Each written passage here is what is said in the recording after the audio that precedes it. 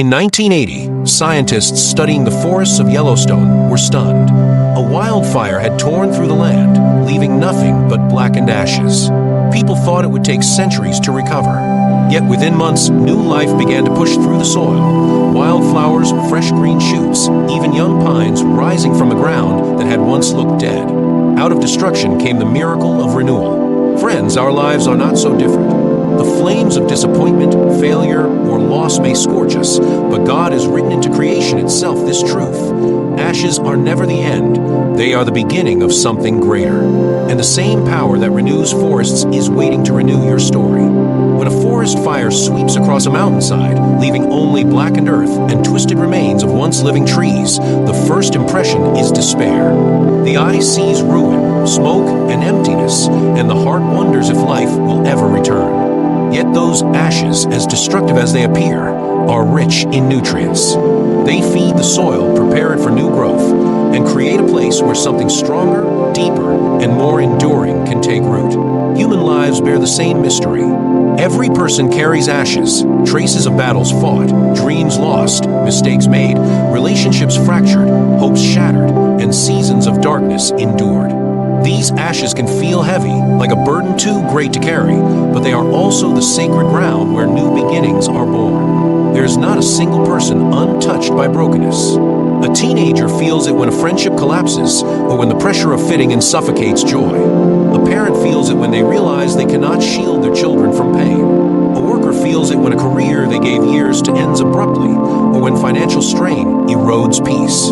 An elderly soul feels it when health declines, or when the world they once knew no longer exists in same form. Ashes come in different shapes, but their presence is universal. Recognizing this truth is not a cause for shame, but an invitation to honesty. Life does not demand the absence of ashes. It asks whether we will see them as an end or as a beginning. C.S. Lewis once wrote that hardships often prepare ordinary people for an extraordinary destiny. Those words carry weight because they point to a paradox most people would rather avoid. Pain is not meaningless, and struggle is not wasted. Neuroscience has discovered that the brain is not static, it rewires itself in response to experience.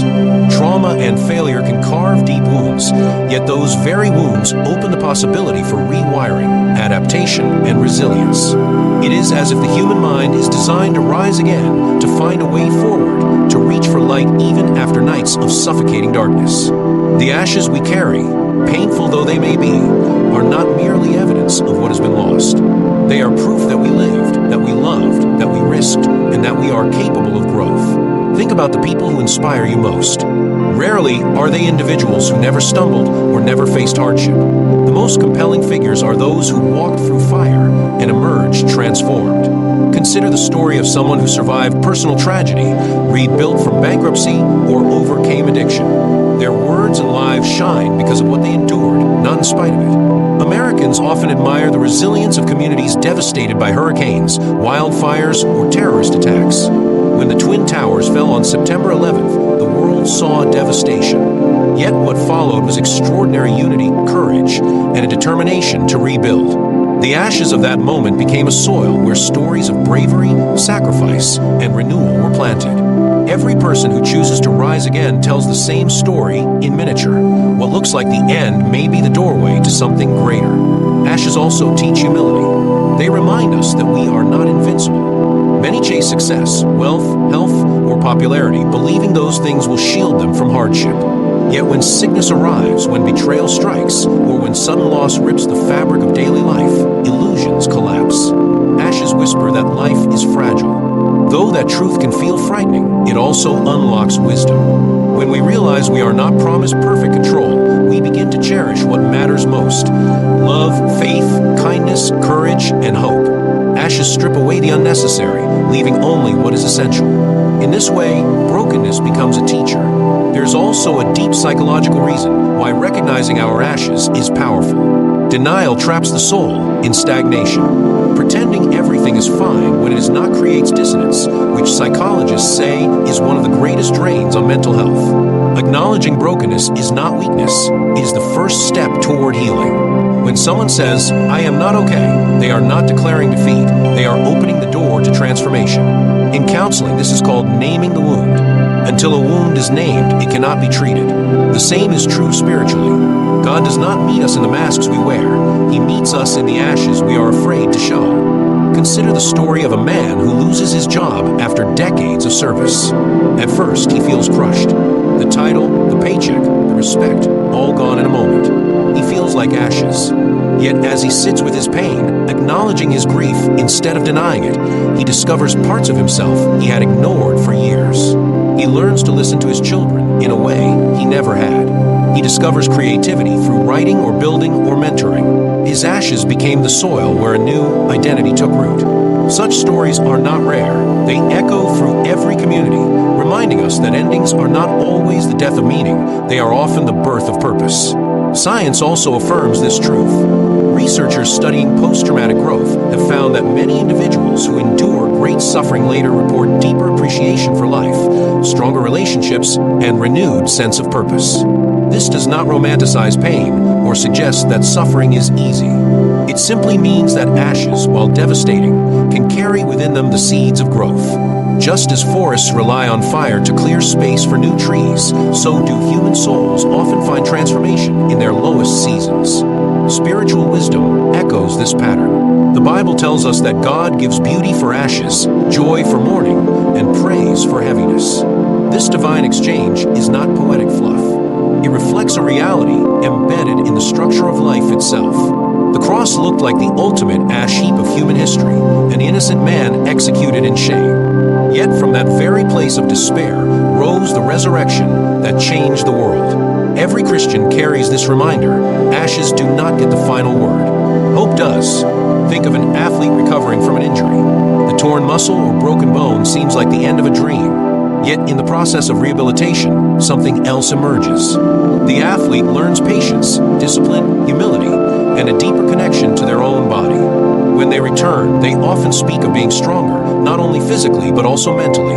Their ashes became a hidden classroom where strength was reborn. Children often show this truth more vividly than adults. A child may fail repeatedly while learning to ride a bike, scraping knees and feeling frustrated. To them, the fall feels like disaster. But those very scrapes become badges of resilience, the ashes that make the moment of success all the sweeter. Adults forget this. We come to fear ashes as final judgments rather than as stages on the way to growth. Yet every adult carries invisible scrapes and bruises from earlier battles that shaped who they became. Acknowledging ashes also allows empathy. When we face brokenness, we become capable of recognizing it in others. Someone who has walked through grief can sit with another grieving soul without rushing to fix them. Someone who has tasted failure can offer compassion instead of judgment. Ashes deepen our humanity. They connect us in ways that success never could. Communities devastated by disaster often emerge with stronger bonds because the shared ashes remind them of what they need most: each other. Still, it must be admitted, ashes hurt. They sting the eyes, they choke the lungs, and they leave us feeling exposed. Denying that pain would be dishonest. Life does not ask us to celebrate loss or to pretend tragedy is pleasant. The invitation is different.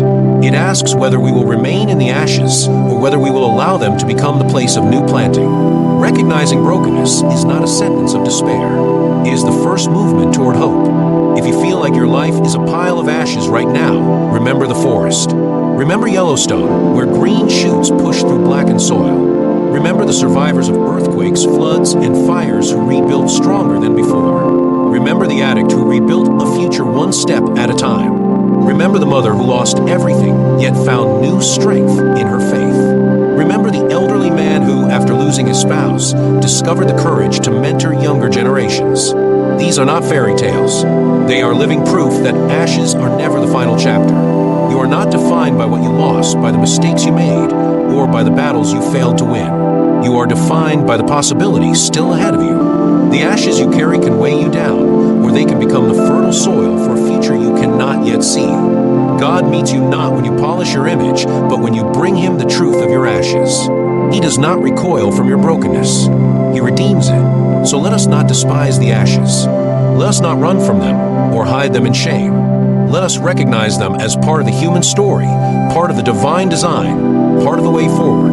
Because every forest that ever bloomed, every soul that ever healed, every destiny that ever unfolded began with ashes that someone was brave enough to face. When people stand in the aftermath of ruin, what rises in their hearts is often silence first. That silence is heavy, filled with questions no one dares to speak aloud. The business they built for years collapses overnight. The marriage they trusted as unshakable crumbles. A medical diagnosis shatters their sense of safety. A loved one is gone, leaving only empty rooms and echoes. In those moments, the air feels thick, as though hope has been smothered. Yet into that silence, God whispers a promise that has endured for thousands of years. I will give beauty for ashes. It is not poetry meant to decorate religious walls. It is a divine transaction, an exchange that redefines human despair. Hope is the currency of this exchange. Without hope, ashes remain ashes and ruin remains ruin. With hope, what looks impossible begins to shimmer with possibility. Modern psychology has studied the role of hope and found it to be more than a pleasant emotion. It is a survival mechanism wired into the human spirit. Researchers have seen patients who hold on to hope recover faster from surgery. They have seen students with hope outperform peers of equal intelligence because hope fuels perseverance. Hope changes the way the brain processes obstacles. It shifts attention away from despair and opens pathways toward solutions. When Scripture says God trades beauty for ashes, science nods in agreement by showing how hope turns devastation into fertile ground for resilience. People often confuse hope with wishful thinking. Wishful thinking is fragile, like blowing out birthday candles and waiting for luck to arrive. Hope is different. Hope is muscular. It breeds determination. It keeps getting up even when knocked down. It keeps walking even when the road disappears into fog. Hope is the voice that says, this is not the end, even while standing knee-deep in ruin. That is why psychologists describe hope as a motivational system. It energizes action. It changes behavior. It is not passive. Hope does not sit and wait. It leans forward and believes the future can be rewritten. Think of the stories that moved you most in your life. A soldier returning home after losing limbs learns to walk again with prosthetics and runs marathons to raise money for others.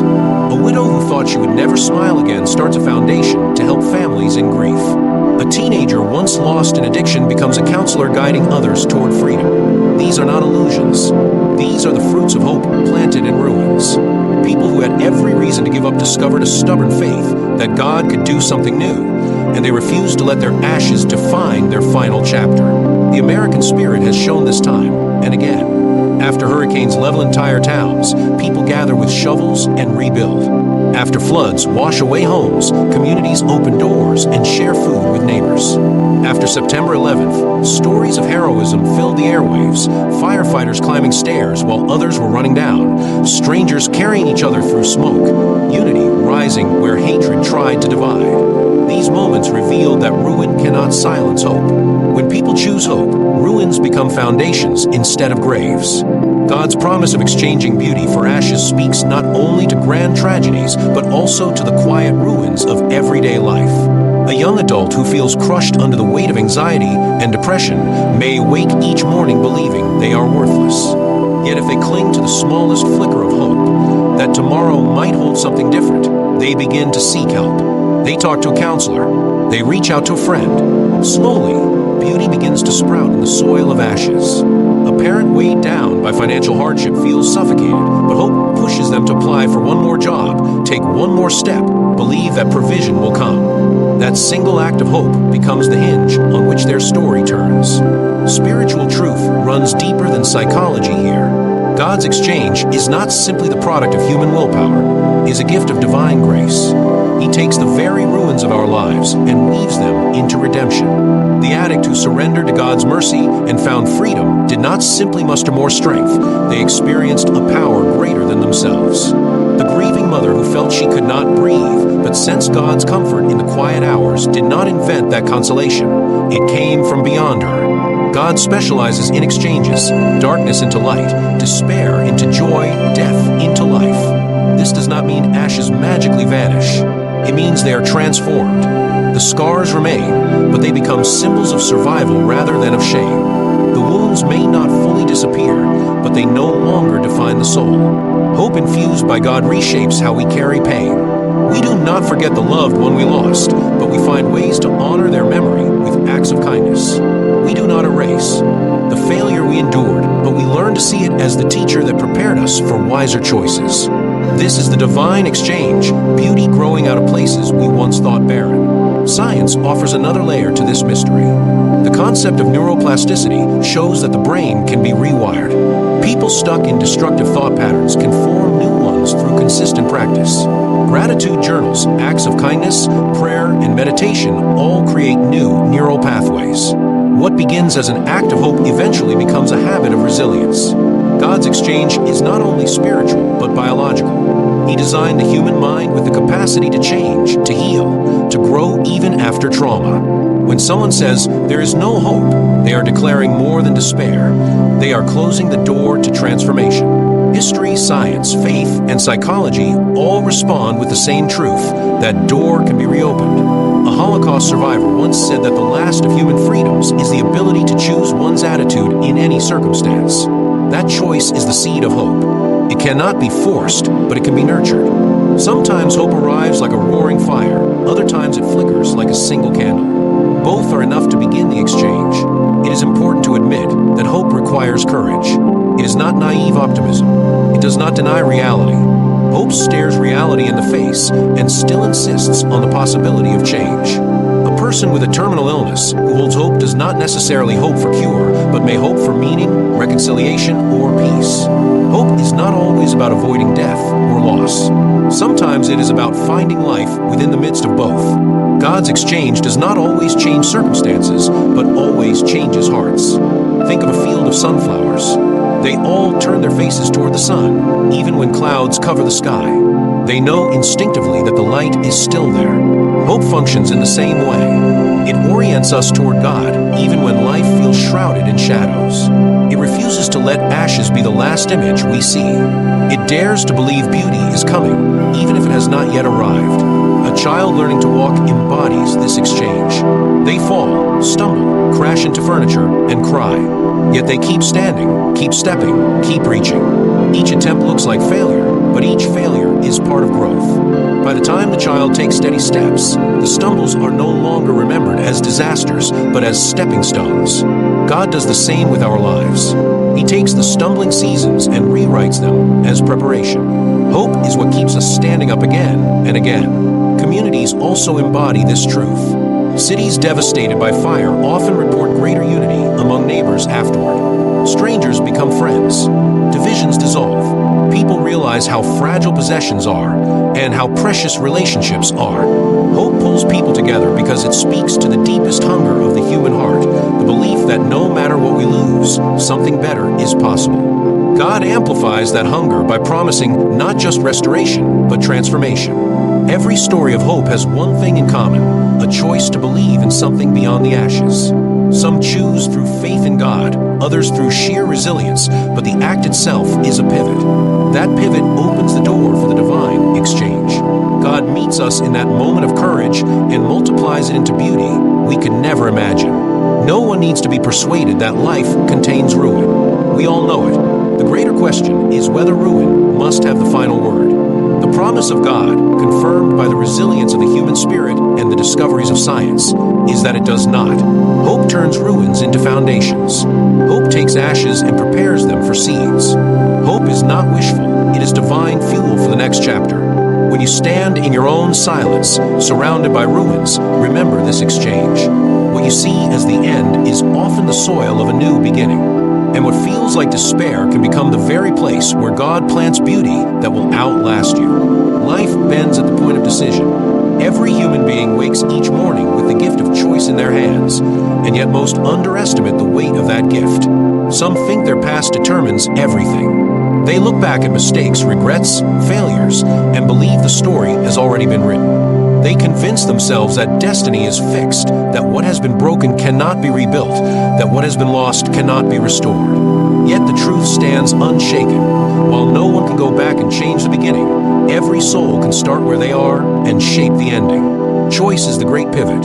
In a single moment of courage, a person can decide to step out of shadows and turn toward light. There are people who carry chains so heavy they cannot remember life without them. Chains of addiction, bitterness, shame, resentment, or despair. Those chains whisper that change is impossible, that tomorrow will always look like yesterday. Yet history tells another story. The chains are strong, but choice is stronger. It does not erase pain overnight, but sets a new direction. A recovering alcoholic makes a decision not to drink today, and that single choice becomes the seed of freedom. A young person overwhelmed by depression decides to reach for help instead of silence, and that choice becomes the spark that saves their life. Choice is not small. Choice is the hinge on which futures swing. Psychologists describe this as the principle of agency. Human beings are not prisoners of instinct alone. The brain is capable of rewiring itself. When someone repeats choices long enough, they form new habits, and those habits create new identities. A person who chooses honesty again and again becomes trustworthy.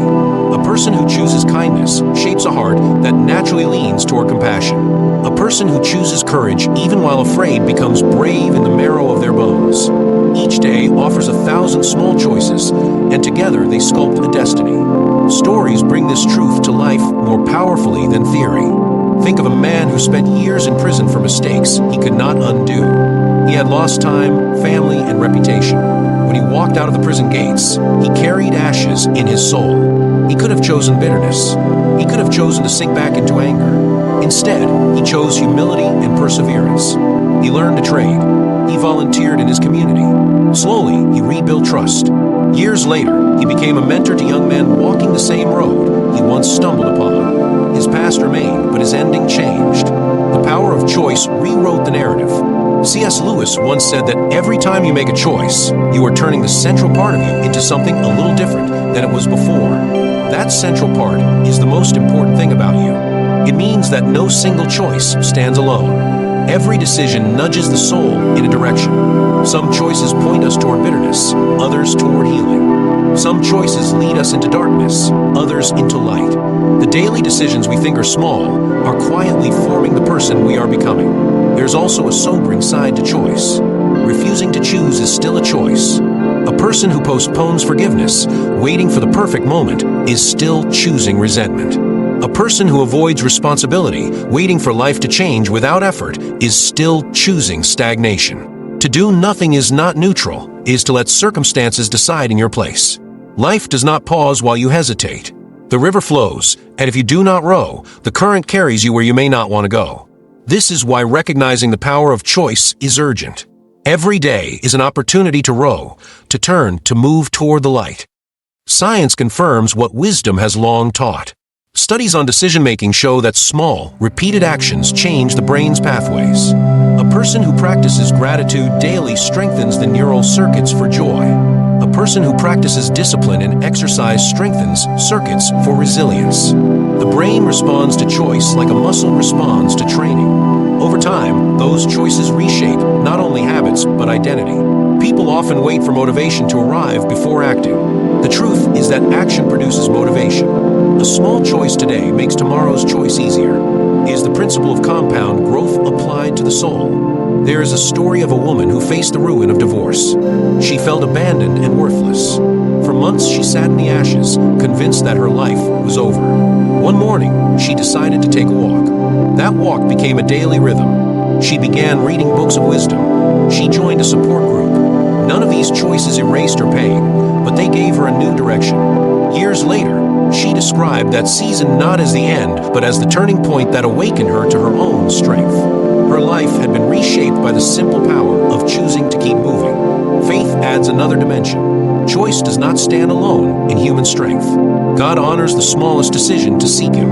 A prayer whispered in despair is still a choice. A heart that decides to trust even when it does not understand invites divine strength into its weakness. Scripture is filled with examples of this. The prodigal son chose to rise and return to his father, even while still covered in shame. That choice opened the door to forgiveness and restoration. Ruth chose to stay with Naomi, and that decision placed her in the lineage of redemption. Jesus himself, in the Garden of Gethsemane, chose to surrender his will to the Father's. Choices shape eternity. What makes choice both frightening and beautiful is its freedom. God does not coerce. He sets life and death before us, blessing and curse, and asks us to choose life. This freedom means we can ruin ourselves, but it also means we can redeem our futures. The gift of choice is sacred. To despise it is to waste the greatest power entrusted to us. Fear often paralyzes choice. People delay decisions because they dread failure. Yet failure is rarely the enemy. Indecision is. A failed attempt still teaches, still grows character, still strengthens resilience. Indecision breeds stagnation, which corrodes hope. When people are too afraid to choose, they surrender control to fear itself. The irony is that by avoiding failure, they choose defeat. Courage is not the absence of fear, but the decision to move despite it. Think of a teenager choosing whether to follow the crowd or stand apart. In that moment, the choice feels small, but it shapes identity. If they choose integrity once, the next choice becomes easier. If they choose compromise, the next compromise comes more quickly. Each decision is like carving a path in the woods. The more often you walk it, the clearer the trail becomes. That is why choice matters daily, not just in grand moments. The light we turn toward is often just one step away, not a distant horizon. There is mystery in how God multiplies small choices. A person decides to speak kindly to a stranger. That kindness ripples outward, lifting someone else's spirit. That stranger, inspired, treats their own family with more warmth. The family atmosphere shifts, and a child grows up with more security. A single decision to act with kindness may impact generations. The same is true with destructive choices, which is why the weight of responsibility is real. Yet the hope remains stronger that one good choice today may echo farther than we will ever see. The beauty of choice is that it is always available.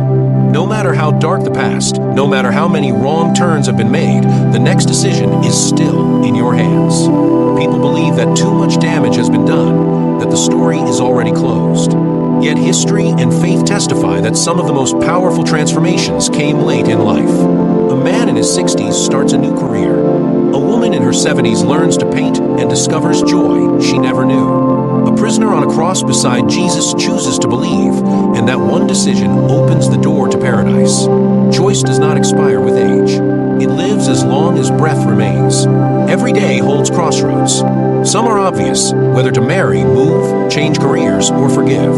Others are subtle, whether to complain or to give thanks, whether to criticize or to encourage, whether to waste the evening or invest it in growth. The subtle choices shape character just as much as the obvious ones. They are the daily brushstrokes painting the canvas of your soul. If you feel powerless, remember this truth: the ability to choose is power. Even if you cannot control circumstances, you can control your response. Even if you cannot change the past, you can decide how to live today. Viktor Frankl, who endured the horrors of concentration camps, wrote that everything can be taken from a person except one thing: the freedom to choose one's attitude. That freedom is unbreakable. It cannot be stolen by despair, loss, or pain. It is the seed of resilience planted by God Himself in every heart. When you rise tomorrow, remember that choice is waiting. It may come in the decision to forgive someone who hurt you or to forgive yourself. It may come in the choice to put aside bitterness and speak words of blessing. It may come in the choice to take the first small step toward a healthier body, a clearer mind, or a stronger faith. Do not despise small choices. They are the bricks that build great lives. The power of choice is the power to pivot. The past is written, but the future is not. With each decision, you are turning toward something. The invitation is to turn toward the light. Even if the path feels dim, even if the way is uncertain, the direction matters. A seed does not see the sun when it pushes upward through the soil, but it keeps growing toward it. So too does every act of courage, every whisper of prayer, every moment of faith. Turn toward the light, and the light will meet you. There comes a time in every life when a person looks in the mirror and wonders who they really are. Not the version of themselves that others see, not the roles they play at work or in family, not the achievements they display or the mistakes they hide, but the core of identity that whispers when the world grows quiet. That question, who am I, carries a weight that shapes destiny. Many confuse their scars with their identity, believing that because they failed, they are failures, or because they were rejected, they are unlovable. They carry names that were never theirs to carry, names spoken by cruel voices or written by harsh experiences. Yet identity is not a prison made of labels. It is a living reality shaped by both the choices we make and the grace that calls us beyond ourselves. The danger of confusing identity with brokenness is that it traps people in stories too small for them. A young woman who grew up in poverty may call herself worthless, not because she is, but because the world told her so. A man who stumbled into addiction may believe his entire name is addict, forgetting that before addiction ever touched him, he was created in the image of God. A teenager who fails an exam may whisper that he is stupid, though one test says nothing about the brilliance of his mind. When we tie identity to ashes, we mistake moments for essence. Ashes are what happened to us. They are not who we are. C.S. Lewis once said that you are never too old to set another goal or to dream a new dream. Beneath those words lies the truth that identity is not frozen. It unfolds like a story being written with each passing day. You are not who you were 5 years ago. You are not who you will be 5 years from now. The self is not a fixed monument carved in stone, but a river, always moving, always reshaping its banks. That means no mistake can lock you in forever. No past decision can chain you to an identity you no longer wish to bear. You are more than the sum of your past. You are the promise of your becoming. Psychology confirms this fluid nature of identity. Studies show that people construct their sense of self through narrative. The way you tell your story shapes who you believe you are. Two people can live through the same event and carry entirely different identities afterward, depending on the story they choose to tell. One might say, I was abandoned, so I am unworthy. Another might say, I was abandoned, but I learned resilience, and now I am strong. The event does not define identity, the interpretation does. By changing the narrative, people reshape the self. When Scripture declares that God calls us beloved, chosen, and redeemed, it is rewriting the story we tell ourselves. It is inviting us to adopt a new identity, one not bound by ashes but birthed in grace. Stories of renewal bring this to life. There was once a man named John Newton who spent years participating in the slave trade. By every account, his identity could have been fixed as oppressor, sinner, and failure. Yet when grace broke through, he became a pastor and wrote the hymn Amazing Grace, which has comforted generations. His past remained part of his story, but it no longer defined his name. His identity was renewed. Another story echoes from the life of Nelson Mandela. For 27 years, he sat in prison. By the world's logic, he should have emerged bitter, defined as prisoner and victim. Yet he chose a new identity, reconciler, leader, father of a nation. Identity is not what chains declare, it is what courage embraces. The renewal of identity often begins in the smallest whispers. A child once told she is shy may grow into an adult who never speaks her mind. Yet when she chooses to believe she has a voice worth hearing, everything shifts. She starts contributing ideas in meetings. She speaks truth in relationships. Her identity blossoms into confidence. Renewal does not erase the child she once was, it integrates her, reshaping her into a fuller version of herself. This is the beauty of identity. It can grow, expand, and transform. God sees identity not as a prison, but as a calling. When he looked at Gideon hiding in fear, he called him a mighty warrior. When he looked at Peter the fisherman, he called him a rock on which a movement would be built. When he looked at Saul the persecutor, he called him Paul the apostle. Identity is not about what the world sees today, but about what God sees in your becoming. To walk with him is to allow your name to be renewed. Science adds another layer to this renewal. The brain is wired to adapt through neuroplasticity. People who practice new habits literally carve new grooves in their minds. That means identity is not frozen in biology either. A person labeled anxious can become calm through consistent practice of mindfulness and resilience. A person labeled angry can become gentle through years of intentional choice. Identity shifts as the brain reshapes. What once seemed permanent becomes malleable. This aligns with the spiritual truth that transformation is always possible. Think of a community recovering from disaster. A town flattened by a tornado may be known as ruined for a season. Yet as people rebuild homes, schools, and lives, the community's identity changes. It becomes known for resilience, for unity, for hope. The same is true of individuals. Ashes may cling to you for a time, but with each act of courage, each embrace of grace, your name changes. You are not simply survivor, you are overcomer. You are not merely wounded, you are healer. You are not just broken, you are reborn. Children often show this renewal more vividly than adults. A child may fail repeatedly while learning to read, carrying the label of slow or incapable. Yet with support, practice, and encouragement, they begin to read fluently. Their identity shifts from struggler to learner. Adults forget that they too can change identities. They assume that because they have carried a name for decades, failure, addict, outsider, that name is permanent. Yet renewal remains possible at any age. People in their 70s discover new passions, new faith, new callings. Renewal is not bound by youth. He is bound only by the willingness to believe. The renewal of identity is also relational. We often discover who we are in the reflection of others' eyes. A friend who sees strength in us we cannot see ourselves awakens that strength. A mentor who calls out potential we thought was dead brings it to life. Communities that affirm dignity help individuals reclaim their true names. This is why words matter so deeply. A careless insult can brand a soul for decades, while a single word of encouragement can redirect a life. God's words carry the greatest weight, for He calls us beloved even when we call ourselves broken. There is an emotional hunger in every human being to be known for who they truly are. Masks can only be worn so long before they suffocate. Renewal begins when masks fall and true identity is embraced. This often requires courage because revealing the self feels risky. Yet only when the truth is spoken can grace do its work. When someone admits, "I feel lost," they make room for God to call them found. When someone confesses, "I feel unworthy," they open space for God to name them beloved. Renewal is born in honesty. One of the greatest tragedies is when people live their whole lives under false names. They allow shame to dictate identity. They allow failure to sculpt self-image. They allow culture to reduce them to labels. Yet those names were never God's design. Renewal comes when those names are stripped away and the truest name, child of God, takes its place.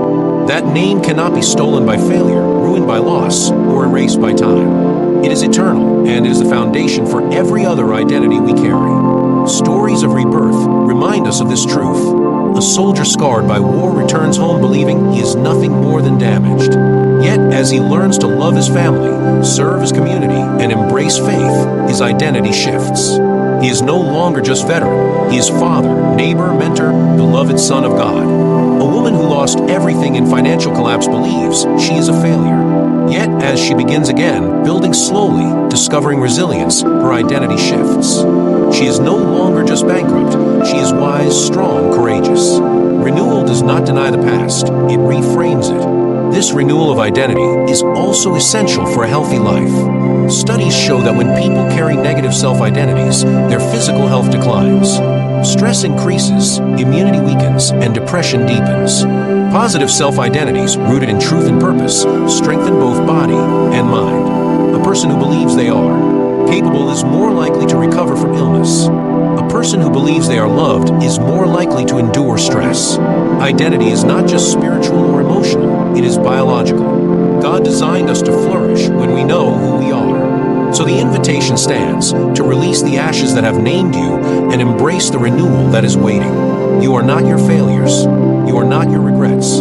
You are not the worst thing you have done, nor the worst thing that has been done to you. You are the becoming, the unfolding, the work of art still being painted by divine hands. Every day is a brushstroke on that canvas. Every choice, every act of courage, every surrender to grace adds color and depth. The renewal of identity does not happen in a single moment. It is a journey, sometimes slow, sometimes hidden, like the growth of roots underground. Yet one day you wake and realize the name you carried in shame no longer fits. You have outgrown it. You have been called into something larger, brighter, truer. That is the miracle of renewal. It does not erase who you were, but redeems it into who you are becoming. When you feel the weight of false names pressing down, remember that God speaks a better word. When you believe you are too far gone, remember the stories of those who found new life after ruin. When you doubt your worth, remember that the one who made you calls you beloved. Identity is not static. It is alive.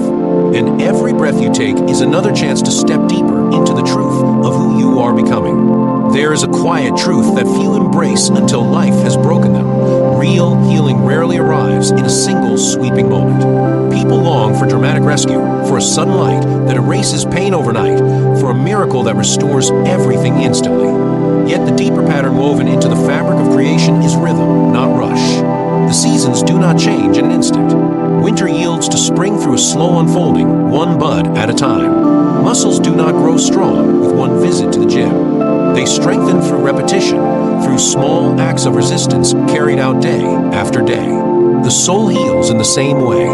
Transformation comes not in a single leap, but in steps, steady and sacred. This This truth can be difficult to accept in a culture addicted to speed. Everywhere people are promised shortcuts, 10 days to lose weight, 30 days to change your life, quick hacks to success. Yet those shortcuts often fail because they ignore the way human beings are designed. The body, the brain, and the spirit are wired for gradual change. Small, consistent steps create lasting transformation. The impatient path leads to collapse, while the steady rhythm leads to strength. There is nothing glamorous about walking 10 minutes a day, about drinking water instead of soda, about reading one page of scripture each morning, about breathing deeply when stress hits. Yet those small acts repeated faithfully carve rivers through the desert. Science confirms this rhythm. Neuroscientists studying habits have found that repetition rewires the brain. Each time you choose a small, healthy action, you strengthen neural pathways that make it easier next time. Over weeks and months, those small actions become automatic. A person who once struggled to get out of bed for a morning walk one day realizes it feels natural, even joyful. What began as struggle becomes identity. Transformation is hidden inside repetition. There is a story of a man recovering from heart surgery. His doctor told him to walk just 5 minutes a day. At first, those 5 minutes felt impossible. His chest ached, his legs felt heavy, and discouragement whispered that it was pointless. Yet he kept walking. 5 minutes grew into 10, then 20. Months later, that same man completed a marathon. The rhythm of small steps reshaped his entire life. He did not leap into health. He walked into it, one quiet step at a time. Healing the soul follows the same pattern. A person broken by grief may not feel joy when they first try to smile again. A person crushed by anxiety may not feel calm after their first attempt at prayer or meditation.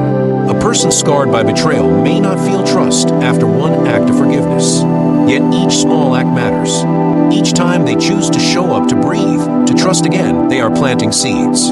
Those seeds may look invisible at first, but they grow underground until one day they burst forth. Healing is not always seen while it is happening, yet it is no less real. The scriptures speak to this rhythm. In Psalm 84, the writer speaks of pilgrims who go from strength to strength, not from weakness to instant perfection, but from strength to strength, each step building on the last.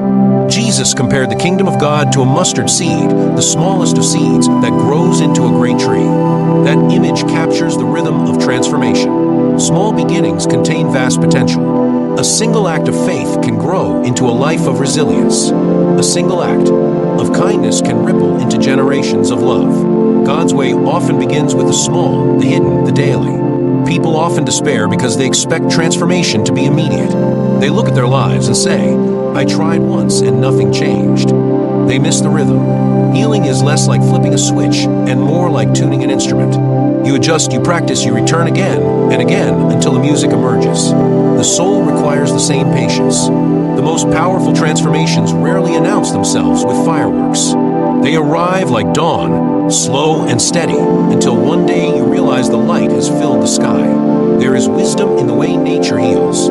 A tree struck by lightning does not regrow overnight. Its bark slowly seals, its roots dig deeper, its branches stretch toward the sun year by year. Yet given time, it becomes stronger than before. Human beings are not so different. Wounds close gradually.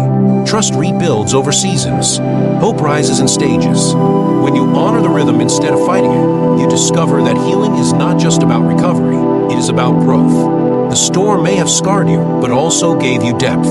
Psychologists speak of post-traumatic growth, the phenomenon where people not only recover from hardship, but also emerge stronger, wiser, and more compassionate. This growth does not happen in a single breakthrough. It happens in the rhythm of choosing to keep going, of finding meaning in pain, of building new habits of resilience. A veteran who once felt shattered may find healing by helping other veterans take small steps. A widow who once felt lost may find healing by supporting those newly grieving. Healing becomes stronger when it is shared.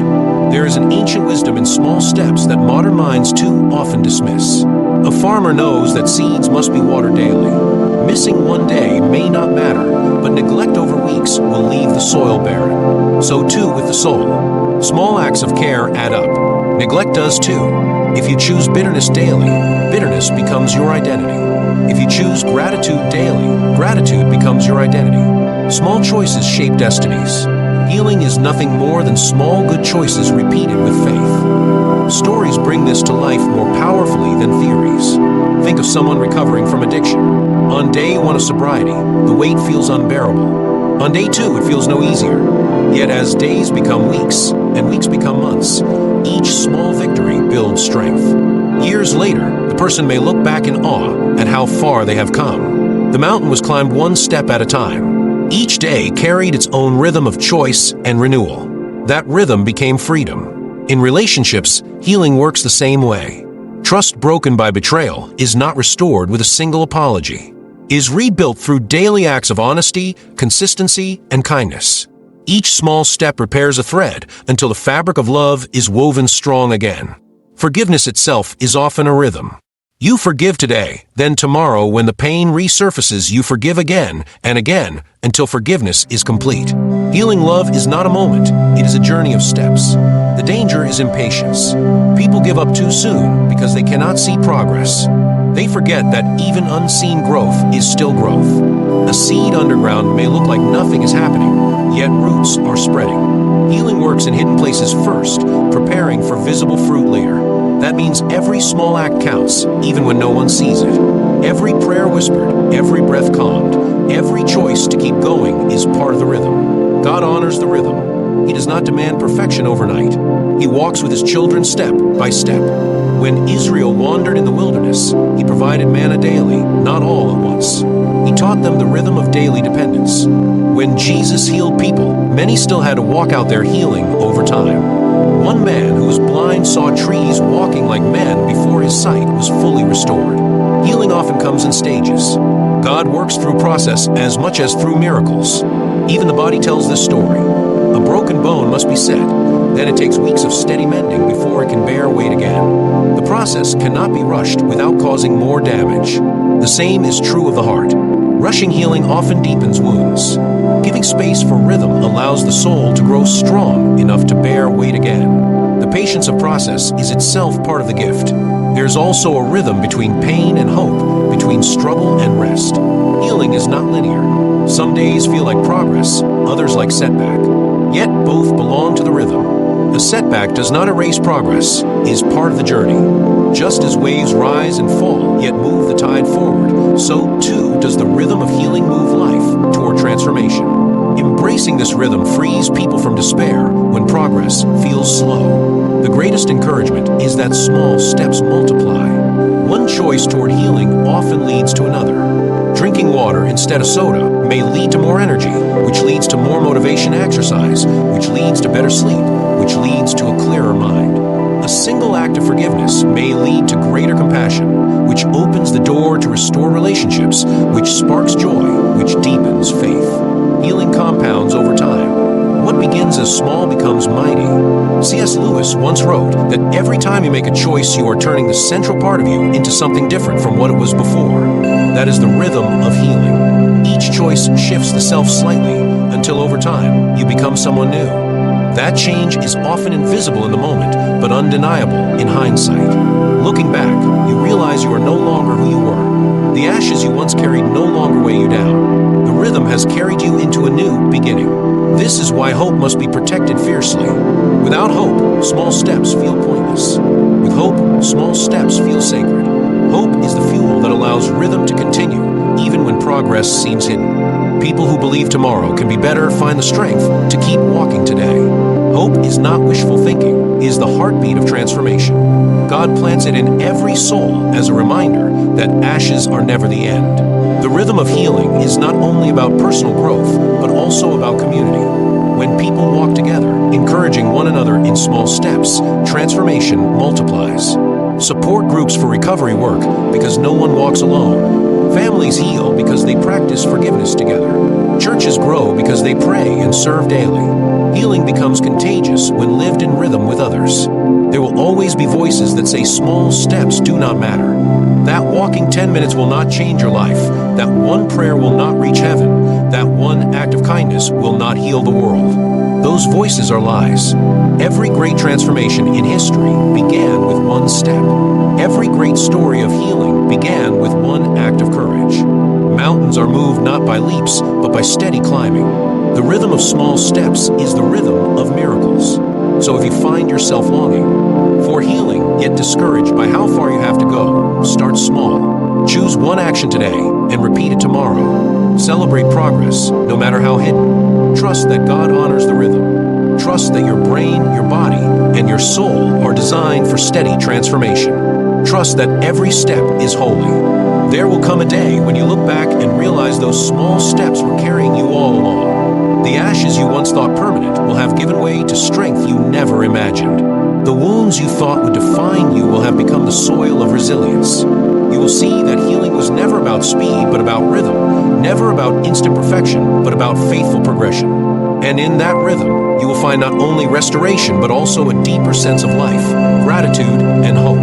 Every sunrise carries a sermon. You may not notice it when life feels heavy, when the weight of yesterday clings like a shadow, but the morning sky insists on preaching the same message each day.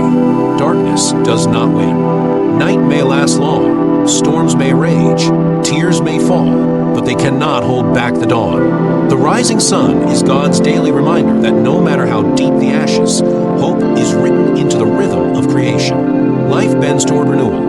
Where despair says this is the end, the sunrise whispers this is the beginning. Human beings have always been drawn to that promise. Deep inside every heart is a longing for newness, for restoration, for another chance. That longing is not weakness. It is a divine imprint. We are made in the image of a God who calls dead things back to life, who turns graves into gardens, who writes new chapters when old ones have burned away. Hope is not an escape from reality. It is the very power that remakes reality. Without it, we collapse into despair. With it, we find strength to rise again. Science echoes this mystery. Researchers studying resilience have discovered that people who hold on to hope heal faster, endure longer, and live healthier lives. Hope literally rewires the brain, releasing chemicals that fight stress and promote recovery. Gratitude, a close companion of hope, activates pathways of joy and resilience. When people focus on what is still possible rather than what has been lost, they unleash strength they did not know they had. The body responds to what the mind believes, and the spirit fuels them both. Hope is not sentimental, it is survival. It is the fire that keeps the heart alive through the coldest nights. Stories across history reveal this fire. After the devastation of World War II, cities lay in rubble, lives shattered, entire nations broken. Yet from those ashes rose new communities, new alliances, new visions of peace. Out of destruction came rebirth. In the United States, families who lost everything in floods, hurricanes, and fires found ways to rebuild not only their homes, but their lives. Neighbors shared tools, strangers became friends, and towns discovered a deeper sense of unity. The ashes did not define the end. They became the soil for something stronger. On a personal level, the same truth holds. Think of the addict who has spent years consumed by darkness. By grace and determination, they find a spark of hope and take the first trembling steps toward recovery. Days turn into weeks, weeks into years, and a life once thought lost becomes a testimony of transformation. They become a mentor to others, guiding them out of despair. What once was ashes becomes a beacon of light. Or consider the person who has lost a loved one. At first, the grief feels unbearable, as if life has stopped. Yet slowly, memories bring not only tears, but gratitude. Out of sorrow comes compassion for others who mourn. Out of absence comes a renewed appreciation for the gift of life itself. That is hope at work, reshaping pain into meaning. The scriptures capture this in images both poetic and powerful. The prophet Isaiah declared that God gives beauty for ashes, joy for mourning, a garment of praise for a spirit of despair. The cross of Christ seemed like the ultimate symbol of defeat, yet it became the very door to resurrection. The grave, which appeared final, became the birthplace of eternal hope. Every Easter morning is a thunderous declaration that ashes never have the last word. God always reserves the right to write a new beginning. C.S. Lewis once wrote that there are far, far better things ahead than any we leave behind. He did not mean that the past disappears, but that hope pulls us forward into something greater. Hope does not erase pain, but it redeems it. It does not deny the ashes, but transforms them. The broken chapters become part of the story of victory. The scars become signs of survival. Hope whispers that the best is yet to come, even when evidence seems scarce. One of the most remarkable aspects of hope is its contagious nature. When a single person chooses to believe in new beginnings, others around them catch the vision. A family can rise because one parent chooses not to give up. A classroom can change because one teacher refuses to see students as failures. A community can be rebuilt because one neighbor steps forward to lead. Hope multiplies. It spreads like light in darkness. One candle may seem small, yet it has the power to ignite an entire room. Gratitude fuels this hope. When people learn to see even the smallest blessings in the midst of ashes, their hearts shift. A survivor of disaster may weep over what was lost, yet still thank God for the breath in their lungs. That gratitude becomes strength. A patient in recovery may still feel pain, but chooses to thank God for one step forward. That gratitude becomes healing. Gratitude opens the door for hope to flourish, and hope opens the door for renewal to begin. The journey from ashes to hope is rarely straight. There are days when despair feels stronger than faith, when the night seems endless. That does not mean hope is gone. Hope often hides in the smallest of acts: the decision to get out of bed, the prayer whispered in silence, the choice to smile at a stranger, the courage to try again. These acts may seem insignificant, but they are sparks. And sparks, when nurtured, ignite fires. Those fires of hope have carried countless souls through valleys they thought they could never cross. One striking example comes from the life of Viktor Frankl, who survived the horrors of concentration camps during the Holocaust. Surrounded by ashes, both literal and figurative, he observed that those who survived longest were often those who clung to a sense of purpose, a vision of life beyond the suffering. He later wrote that everything can be taken from a person except one thing: the freedom to choose one's attitude in any given set of circumstances. Even in the darkest ashes, the choice to hold hope remained. That choice gave birth to endurance and eventually to renewal. The American spirit has long been marked by this same resilience. From pioneers who crossed unknown lands to communities that rebuilt after tragedy, the rhythm of ashes to hope has been part of the story. It is not a story of perfection, but of persistence, of refusing to let defeat have the last word. That persistence is not fueled by stubbornness alone, but by a deeper conviction that life is worth rebuilding, that hope is worth holding. When people embrace this conviction, they discover strength they did not know existed. A widow who thought she could not go on begins a foundation in memory of her husband. A veteran who thought his life ended in war begins to serve his community with passion. A young person who thought failure defined them rises to become a leader. In each case, the ashes become not a tomb, but a seed. Seeds buried in the ground look like loss, yet given time, they grow into life. So too, the ashes of our lives can be the very soil in which God plants new beginnings. Hope is not naive optimism, is not pretending pain is absent. It is the courage to face ashes honestly while still believing in renewal. It is looking at ruins and saying this is not where the story ends. It is staring into the night and declaring the morning will come. It is a faith that refuses to die because it is anchored in a God who brings life out of death. The beauty of hope is that it invites participation. God brings the sunrise, but you must open your eyes to see it. God provides the soil, but you must plant the seed. God offers grace, but you must step into it. Hope is both gift and responsibility. It calls you to act, to rebuild, to love again, to keep walking. It does not erase ashes with magic. It transforms them through courage and faith. Gratitude, faith, and small steps weave together into a tapestry of hope. Each moment of thankfulness, each act of trust, each step forward adds color to the design. Over time, what once looked like destruction becomes a pattern of beauty. The ashes themselves become part of the story of redemption. They remind you of where you have been, but no longer dictate where you are going. They are not your name. They are your testimony. So when you find yourself surrounded by ashes, do not despair. Look to the sunrise and remember that light is stronger than darkness. Look to your scars and remember that healing is stronger than wounding.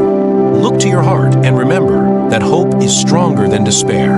God is always writing new beginnings, even when you cannot yet see the ink.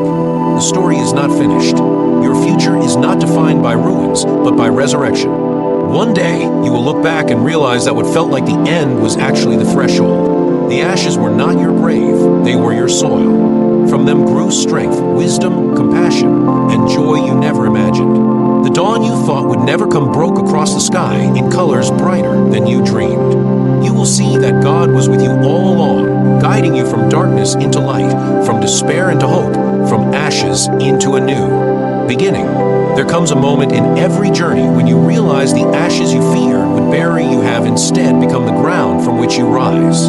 That moment is not just survival, it is awakening. Life is not meant to be a slow surrender to despair, but a daring climb toward hope, a bold belief that what has been shattered can be remade into something stronger, richer, deeper. You were not created to stay bowed down under the weight of yesterday. You were created to rise, to stand, to shine. Think of the truth that pulses beneath your skin. Every heartbeat is a declaration that God is not finished with you. Every breath carries a promise that the story still has pages left to turn. There is power in that awareness, a holy electricity that whispers to your soul, this is not the end. To live with that knowledge is to walk in defiance of fear, to speak with the voice of courage, to believe when belief feels impossible. You know the cost of despair. You've seen how it robs days of color, how it steals strength before the battle even begins. But you also know the thrill of hope, the way it sharpens your vision, the way it pushes you to move, the way it fills your bones with determination. That contrast is not just philosophy, it is life and death. It is the difference between staying in the ruins or stepping into the dawn. So take this moment seriously. Let it ignite you. Your past does not disqualify you. Your failures do not define you, and your scars are not shame. They are proof that the fire did not consume you. Every ash at your feet is waiting to be turned into a seed. Every broken place is the very place God wants to begin again. The fear that tells you it's too late is lying. The wisdom of heaven says it is never too late. The day will come when you look back on this season not as a graveyard, but as a birthplace. The fire that tried to destroy you will be the fire that forged you. You will carry light for others because you chose not to let the darkness have the final word. That is the kind of legacy that shakes generations. So rise. Rise with courage. Rise with gratitude. Rise with the certainty that God's new beginning is not just possible, it is here, unfolding in this very breath. The ashes are behind you and hope is ahead. Walk into it. The world is waiting for the light only you can bring.